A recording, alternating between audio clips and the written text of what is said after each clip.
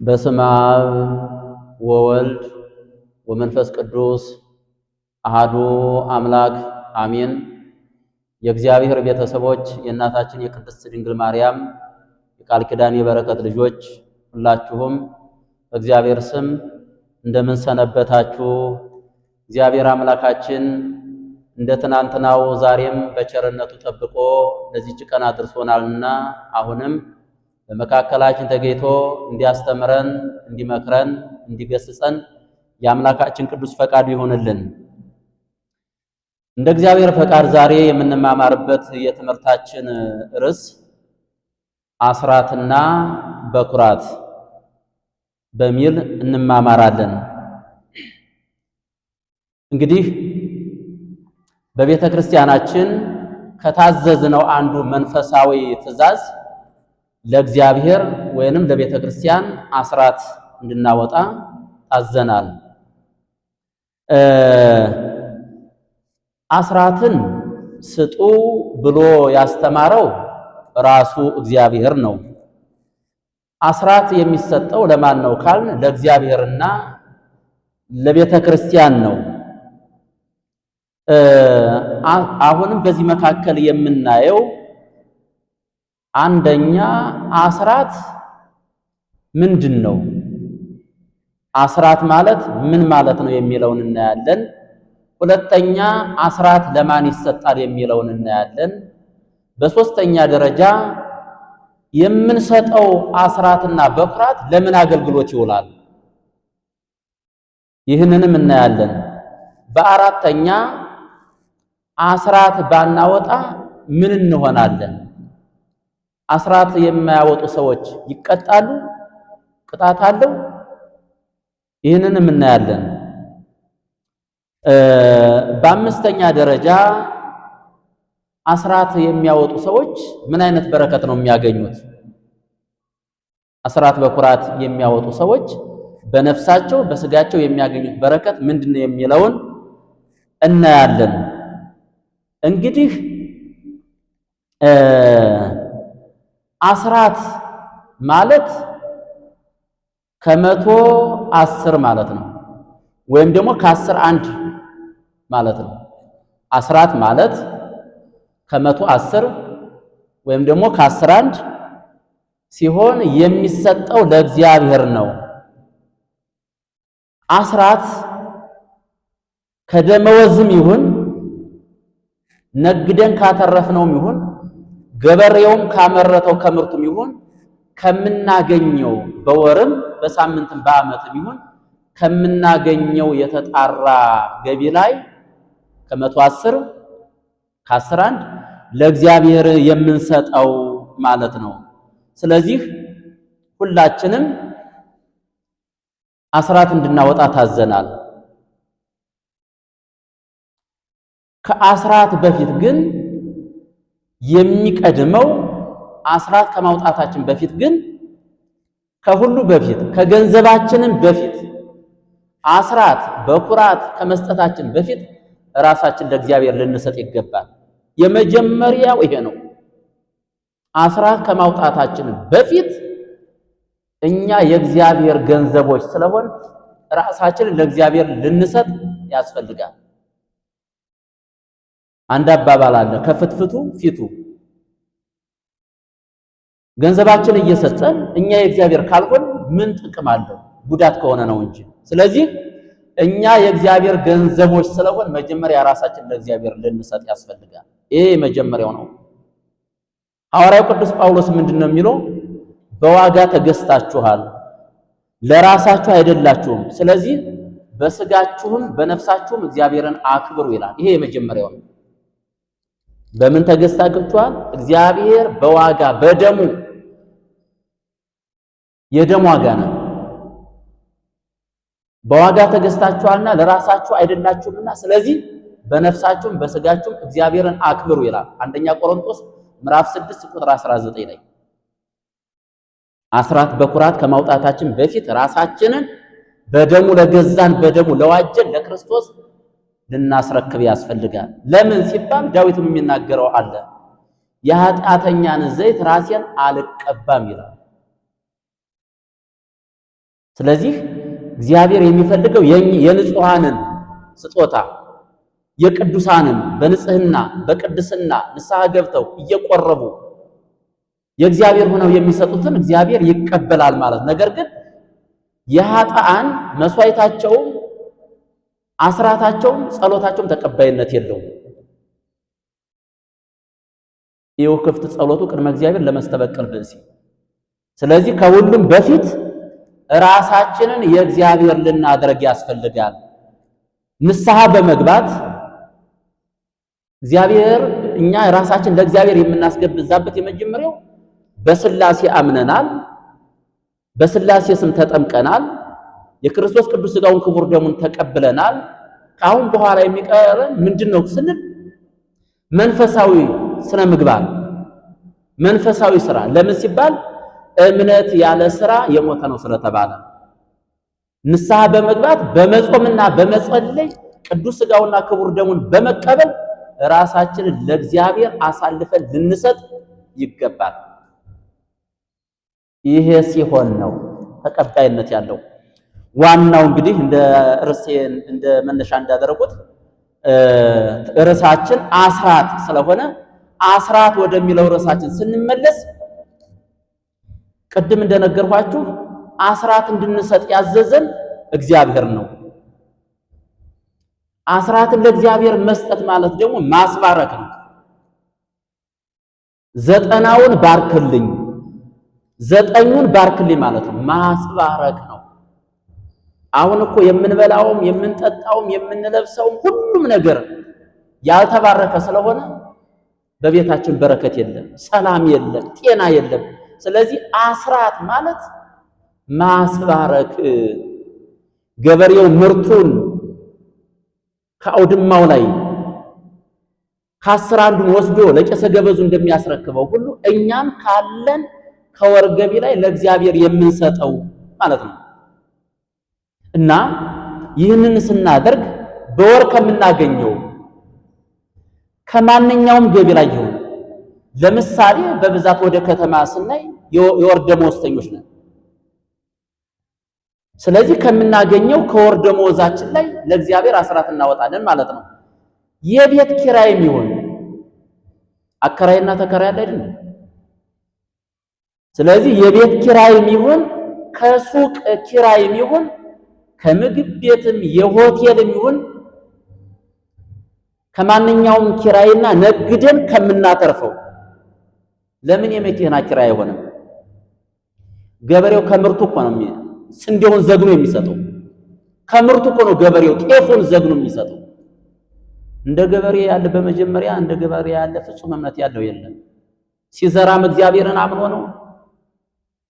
ሲያመርትም ምርቱን ሲያፍስ ከላዩ ላይ ወደ ቤቱ ወደ ኪሱ ሳያስገባ እግዚአብሔር የተረፈውን ባርክልኝ ብሎ የሚሰጥ ፍጹም እምነት ያለው ገበሬ ነዋ።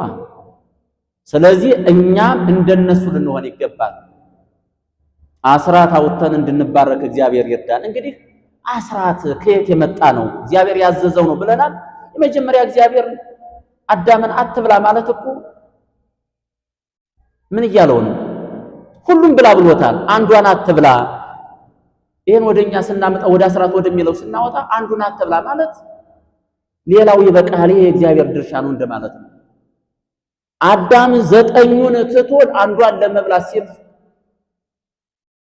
አንዷን ለመብላት ምንድን ሲል ነው የሚባለው? ሲስገበገብ፣ ይቅርታ እንግዲህ ቃሉ ሁሉንም አጣ። ገነትን አጣ፣ ርስቱን አጣ፣ ሁሉንም የገነት ፍራፍሬዎችን አትክልቶች በሙሉ አጣ።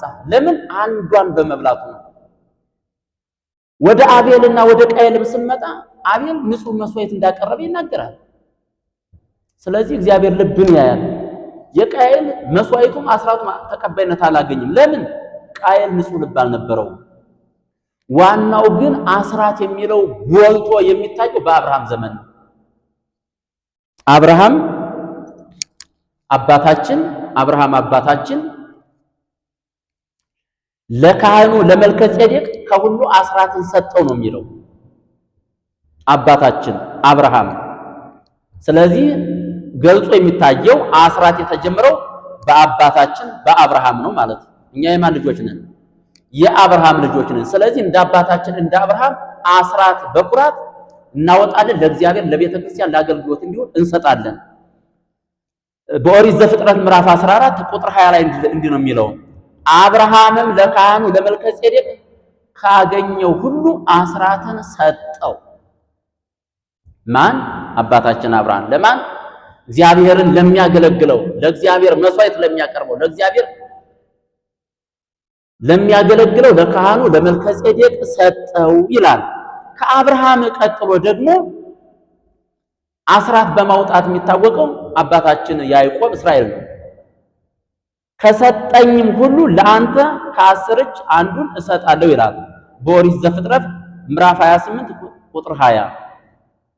አባታችን ያዕቆብ ከሰጠኝ ሁሉ ከ10 አንዱን እሰጣለሁ ብሎ በችግሩ በመከራው በስደቱ ለረዳው ለእግዚአብሔር አባታችን ያዕቆብ አስራት ሲያወጣ እናየዋለን። ሌሎቹ ከአብርሃም ቀጥሎ ሁሉም በዚህ ጉዞ ነው የተጓዙት።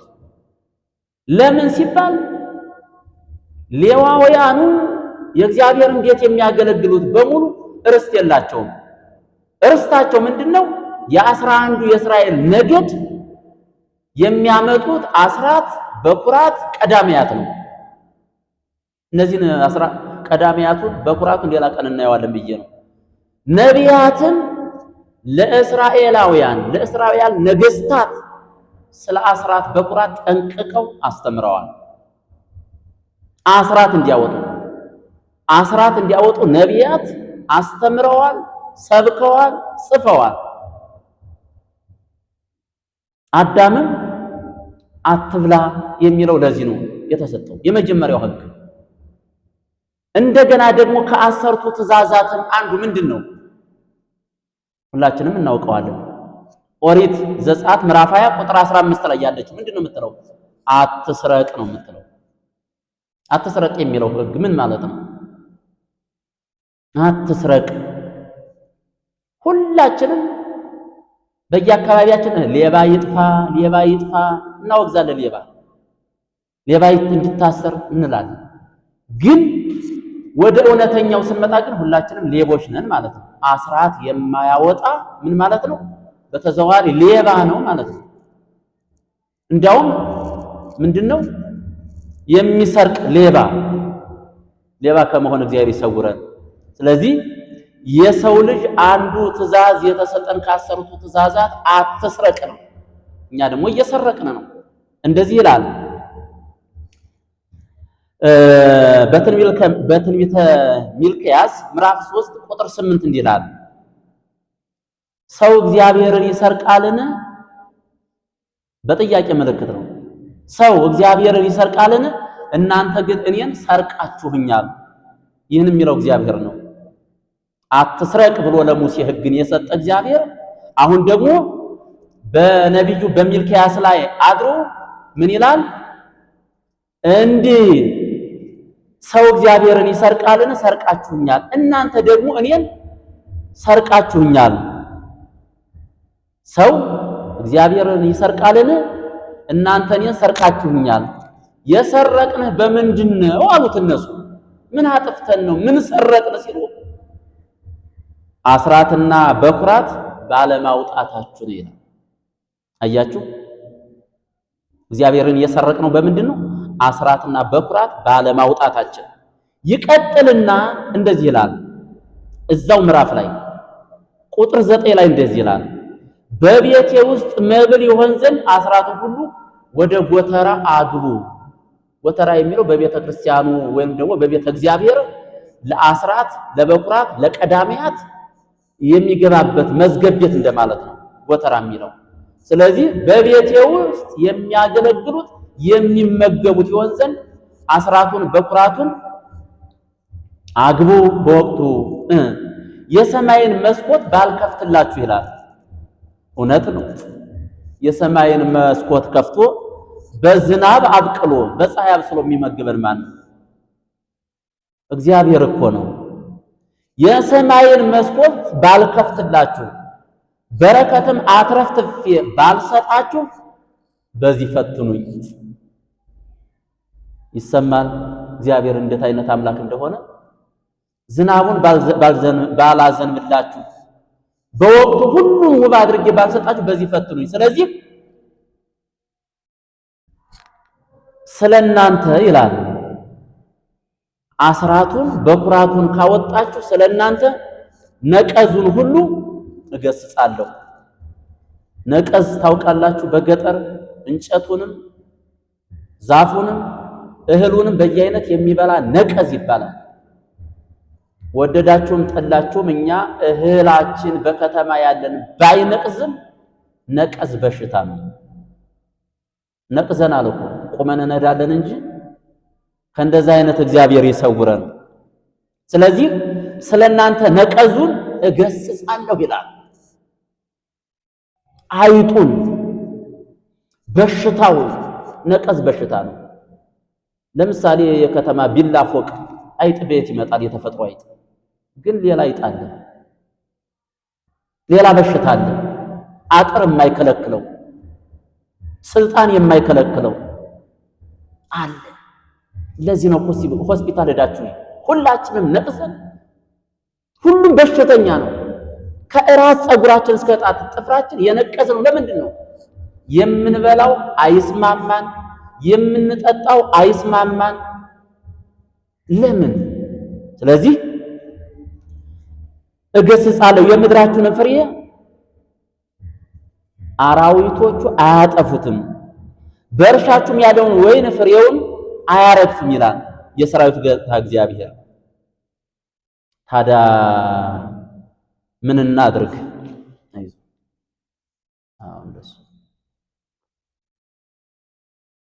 አሁንም በትንቢተ ሐጌ ምዕራፍ 1 ቁጥር 6 ላይ እንደዚህ ይለናል። በረከት ማጣታችን፣ ጤና ማጣታችን እንደዚህ ይላል። ብዙ ዘራችሁ ይላል። አዎ ብዙ ዘርተናል። ብዙ ገንዘብ አለን፣ ብዙ ገቢ አለን፣ ብዙ ደመወዝ አለን፣ ብዙ ንግድ አለን። ምን አለ ግን? ብዙ ዘራችሁ፣ ጥቂት አገባችሁ። ለምን? ተሰለባ ስንስገበገብ የእግዚአብሔርን ድርሻ ለኛ ለማድረግ ስናስብ ጥቂት አገባችሁ። የደከምነው ብዙ ነው፣ የደከምንበት ሁሉ አልባረክ አለ።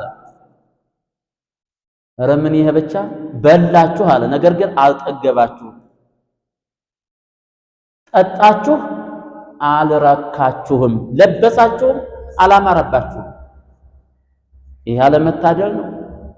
ሱፍ ለብሶ ካላመረበት፣ ካባ ለብሶ ካላማረበት ምንድነው የሚባለው? ይሄ እየበላን ከራበን እየጠጣን ከጠማን ይሄ አለመታደል ነው።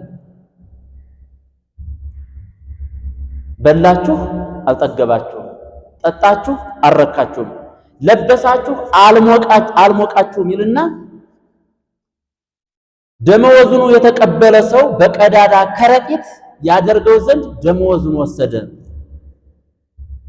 ቀዳዳ ከረጢት ታውቃላችሁ? በልተን ማንጠረቃ ጠጥተንም ለብሰንም የማያምርብን ጭራሽ ምን አለ? ደመወዙን የተቀበለ ሁሉ በቀዳዳ ከረጢት የት እንደገባ ይታወቅ። ማርያምን ነው የምላችሁ። ይሄ ብዙዎቹ ነው። ገንዘብ አልበረከትልኝ አለ፣ ዱቄቱ አልበረከትልኝ አለ።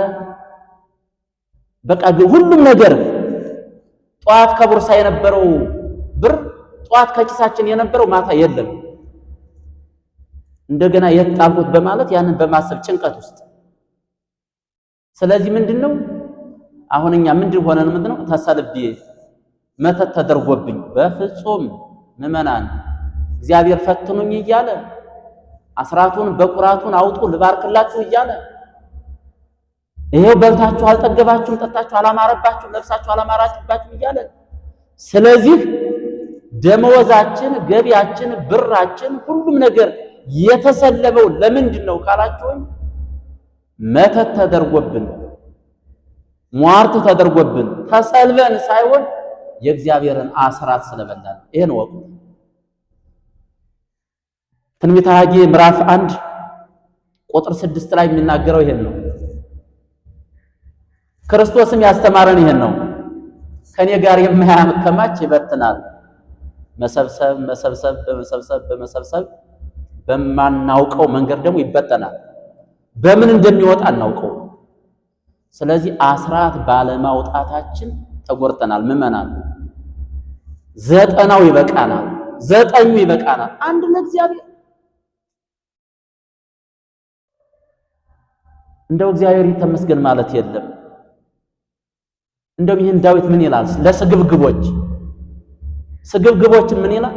ይትሌቀ ኃጥእ ወይ ይፈዲ ጻድቅሰ ይምር ወይ ውህብ። ኃጢአተኛ ከእግዚአብሔር ይበደራል፣ ለእግዚአብሔር አይሰጥም፣ ለነዳያንም አይሰጥም። ሁሉም ከማን ነው የተቀበልነው? ከእግዚአብሔር። ኃጢአተኛ ሰው፣ ክፉ ሰው፣ ተንኮለኛ ሰው ከእግዚአብሔር ይቀበላል፣ ለእግዚአብሔርም አይሰጥም፣ ለድሃም አይሰጥም እራሱ። ጻድቅ ግን የዋሆች ግን ከእግዚአብሔር ይቀበላሉ፣ ለእግዚአብሔር ይሰጣሉ። ለምን? ቤተ መቅደስ በምን ይገለገል ነው? እንመጣበታለን በኋላ። ለኔ ቢጤም ከድሆች ጋር ጻድቃን አብረው ይመላሉ። መዝሙር 37 ቁጥር 21 ላይ የሚናገረው ይሄን ነው። ስለዚህ ማጭሩ ስስታም ንፉጎች አትሁኑ። በዚህ በሉቃስ ወንጌል ምዕራፍ 12 ቁጥር 20 ያለውን አታስተውሉ? የሚስገበገበው አዝመራው ሲበዛለት፣ አዝመራው ሰብሉ አማረ፣ ጤፉ፣ ስንዴው፣ ባቄላው ሁሉ ማተሩ፣ እርሻው በሙሉ አማረ። በዚህን ሰዓት ምንድን ነው ያለው? በቃ ሌላ ጎተራ ይሄን አፍርሼ ትልቅ ጎተራ ሰርቼ በዛ ውስጥ አከማችቼ እድሜ ልኬን እበላለሁ ሲል አንተ ሰነፍ የሰበሰብከው ለማን ይሆናል ተባለ። በሽታ መጣ። የተለያዩ በሽታዎች ወረዱበት ማለት ነው። ወይም ደግሞ ሞት መጣ። እኛም ከዚህ የምንማረው ምንድን ነው? ክርስቶስም በሐዲስ ኪዳን ስለ አስራት ምን ብሎ አስተማረ? ከለከለ? ስጡ ነው ያለው።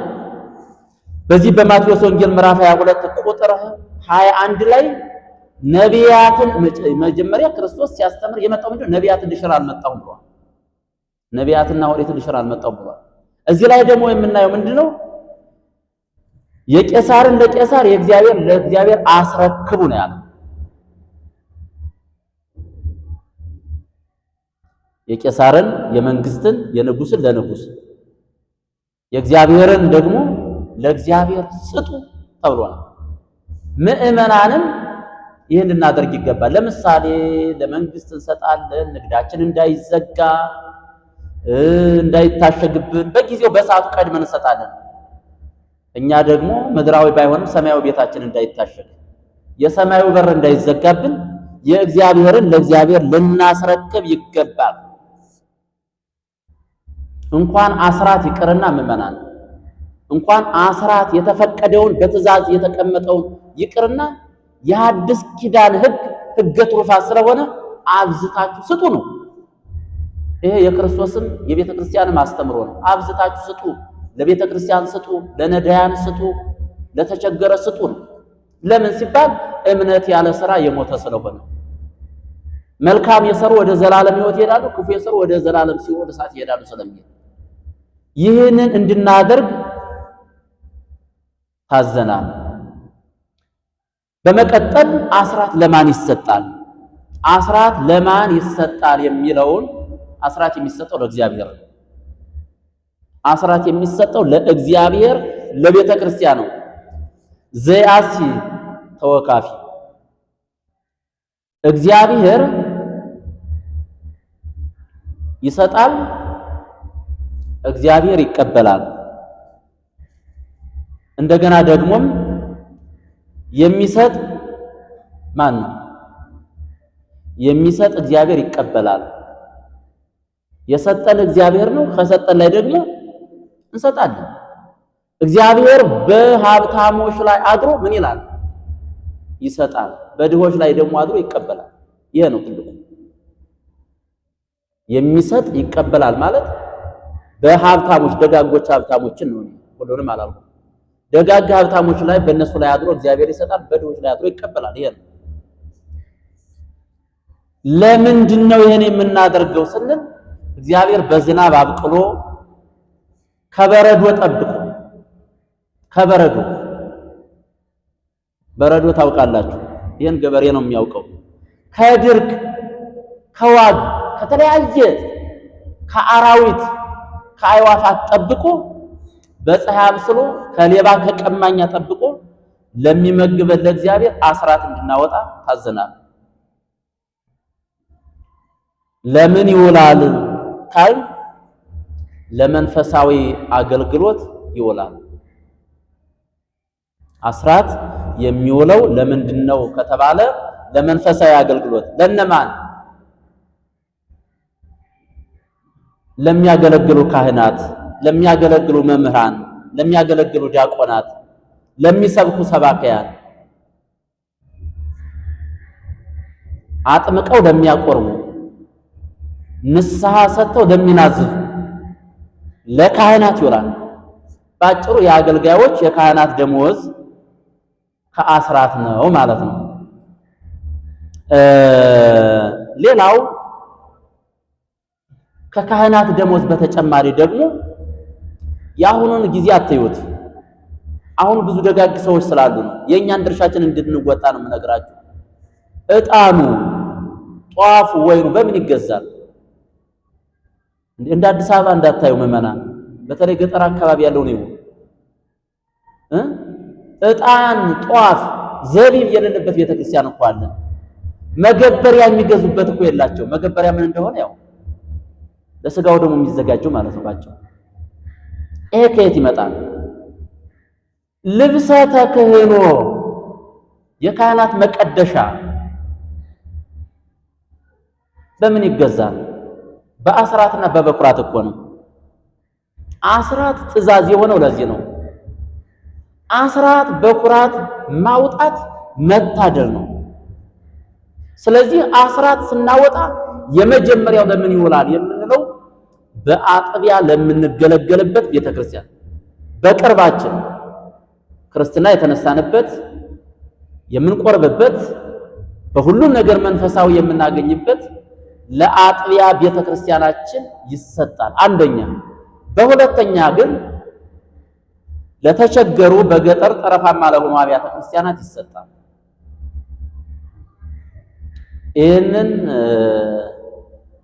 እንደው አንድ ምሳሌ ልናገር። እንደው ለምሳሌ ጠረፋማ ቤተክርስቲያን አንዲት ቤተክርስቲያን ልጥቀስ። ሶማሌ ክልል ቀብሪ ዳህር ያለች አንዲት ቤተክርስቲያን እዛች መጥቶ አዲስ አበባ ላይ በመንግስትም በመንፈሳዊም ሊሆን ይችላል ትልቅ መስሪያ ቤት ያለ ትልቅ ደሞዝ የሚበላ ይኖራል። እዛች ቤተክርስቲያን ቀብሪ ዳህር ያለችው ጠረፋማ ሶማሌ ክልል ያለችው ቤተክርስቲያን አስራቱን ቢልክ ጽድቅ ነው ኃጢአት ነው? ምንም ጥያቄ የለው፣ ጽድቅ ነው የሚሆነው። አንደኛ እዛች ተወልዶ የተጠመቀባት የቆረበባት እንዳም ሲል ደግሞ በሰንበት ትምህርት ቤት በድቁና ያገለገለባት ለዛሬ ደረጃ የደረሰባት መነሻው ያቺ ቤተክርስቲያን ናት። ነገም አይታወቅም፣ አስከሬኑ ሄዶ እዛ ሊያርፍ ይችላል። ታዲያ ለዚያች ቤተክርስቲያን ለገጠሯ ለተቸገረችው ቤተክርስቲያን አስራት መላክ ጽድቅ፣ እንደውም አለመላክ ነው ኃጢአት የሚሆነው። ማን አላቸው? ስለዚህ ሁለተኛ ለተቸገሩ በገጠር በጠረፋማ ላሉ ቤተክርስቲያኖች አስራት በኩራት ይሰጣል። ለምን? እኛ ከዚህ በውድ ልብስ ነው የምንቀድሰው።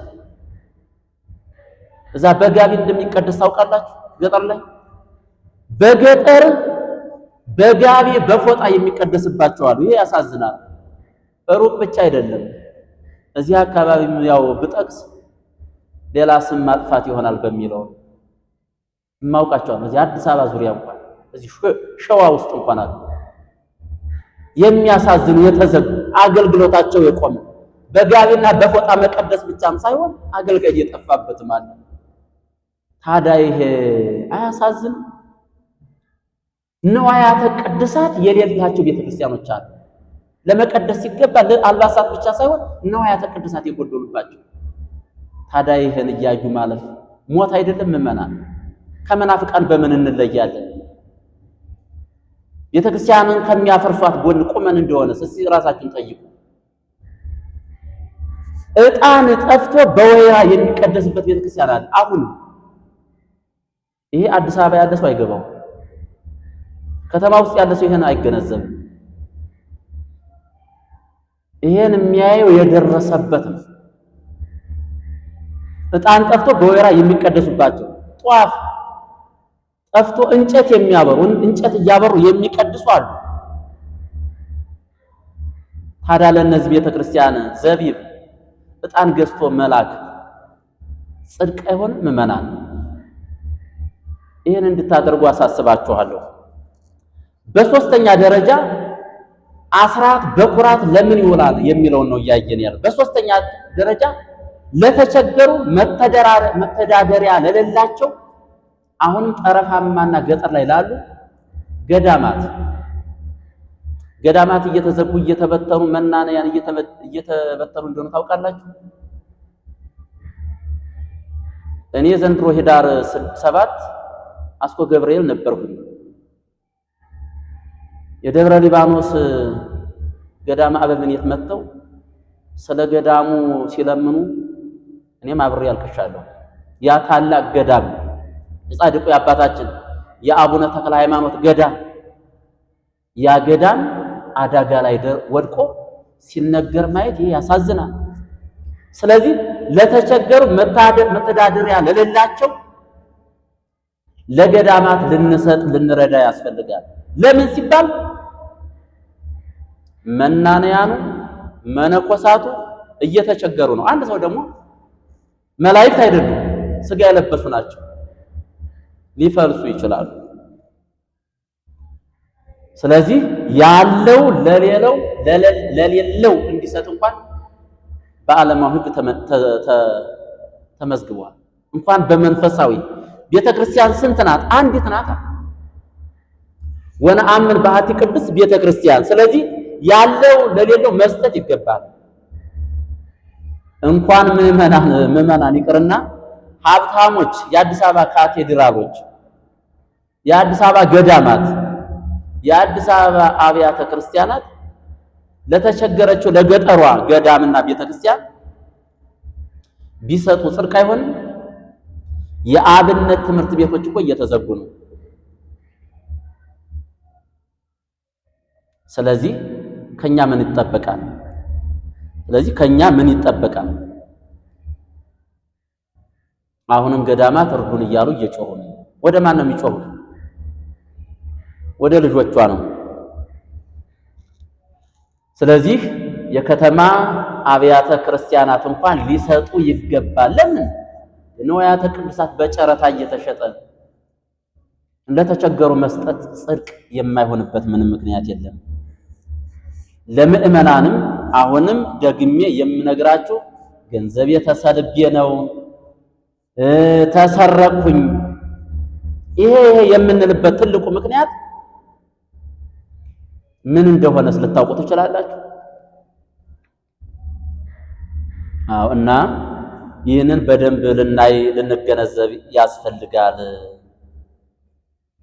ሐዋርያው ቅዱስ ጳውሎስ ወደ ሮሜ ሰዎች ምዕራፍ 7 ላይ ለሁሉ የሚገባውን አስረክቡ ይላል። ለሁሉ የሚገባውን አስረክቡ፣ ግብር ለሚገባው ግብር፣ ቀረጥ ለሚገባው ቀረጥ ስጡ፣ መፈራት ለሚገባው መፈራት፣ ክብር ለሚገባው ክብር ስጡ። ወደ ሮሜ መልእክት ምዕራፍ 13 ቁጥር 7 ላይ ይሄ ተጽፎልናል። ይሄ ከኛ ይጠበቃል።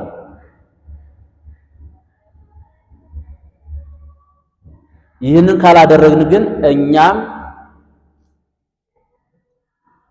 ከቅጣቱ አናመልጥም። ሌላው ከአስራት በኩራት በተጨማሪ ለእግዚአብሔር ጊዜም ልንሰጥ ይገባል። ለእግዚአብሔር ጊዜ ያስፈልጋል። አንዳንድ ሰዎች አይታችሁ ከሆነ ጊዜ የለኝም ይላሉ። ከጊዜ ከሰዓት ለእግዚአብሔር አስራት ይሰጣል። ከ24ቱ ሰዓት አንዱን ሰዓት፣ ከሰባቱ ዕለት አንድ እንደው ሰንበትን ቢያንስ ልናከብር ይገባል። ይህም እንደ አስራት ይቆጠራል። ሌላው ለእግዚአብሔር ጊዜ የለኝም፣ ለጸሎት ጊዜ የለኝም የሚሉ ሰዎች አያሳዝኗችሁ? ለምን እንደው ለሌላ ነገር ሲሆን ስንት ጊዜ ነው ተትረፍፎ የሚኖረን?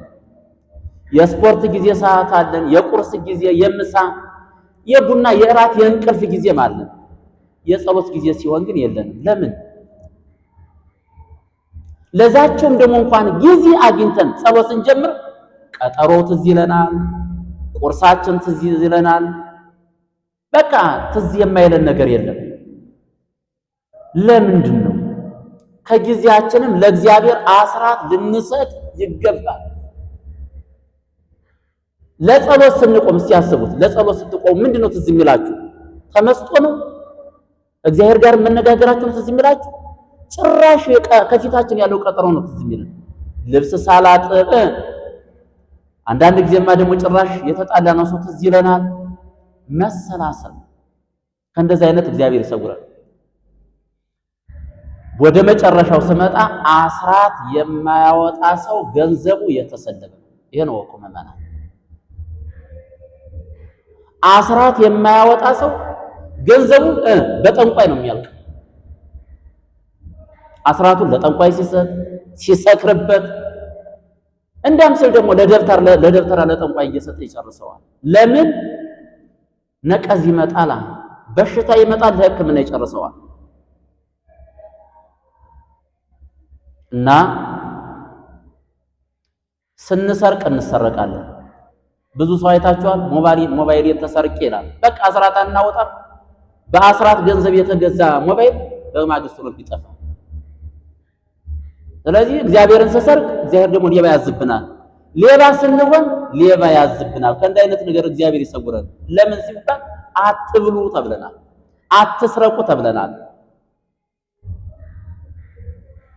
ሳናውቀው እየበተን እንዳይሆን ነው። ሌላው ቅድስት ቤተ ክርስቲያን ደግሞ አስራት ለሚያወጡ ልጆቿ ትጸልያለች። አስራቱን በኩራቱን ቀዳሚያቱን ለሚሰጡ ደግሞ ቅድስት ቤተ ክርስቲያን ትጸልያለች። እንደውም ሐዋርያ ቅዱስ ጳውሎስ እንዲህ ነው የሚለው፣ እኛ መንፈሳዊ ነገር የዘራንላችሁ ከሆነ የእናንተ የሥጋዊውን ነገር እኛ ብናጭድ ትልቅ ነገር ነውን?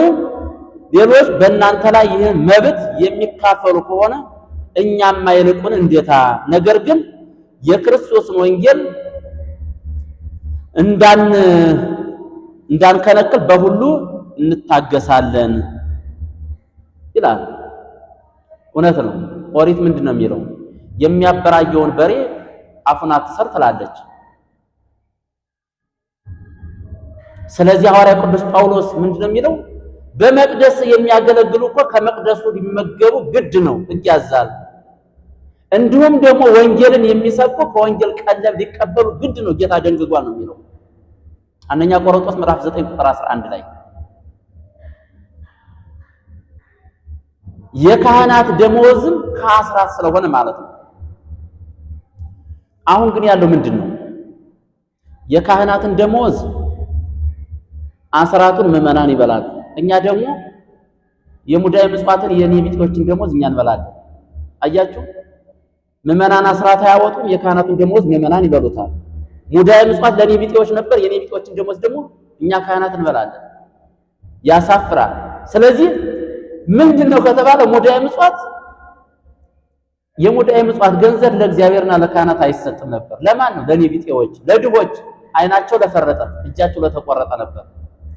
ግን አስራት በኩራት ባለማውጣታችሁ እናንተም እኛ የኔቢጤዎችን ገንዘብ እንበላለን ማለት ነው። በአሁኑ ሰዓት ሙዳየ ምጽዋትና ስሙ አይተገናኝም ማለት ነው። ይሄን እንግዲህ ወደፊት ይስተካከል ይሆናል እንጠብቃለን። ምዕመናን ካሁን በኋላ የካህናት አስራት በኩራት ሳታወጡ ከቀራችሁ የካህናትን ድርሻ እየበላችሁ እንደሆነ ልታውቁ ይገባል። አስራት ባለማውጣታችን ደግሞ ምን ተፈጠረ?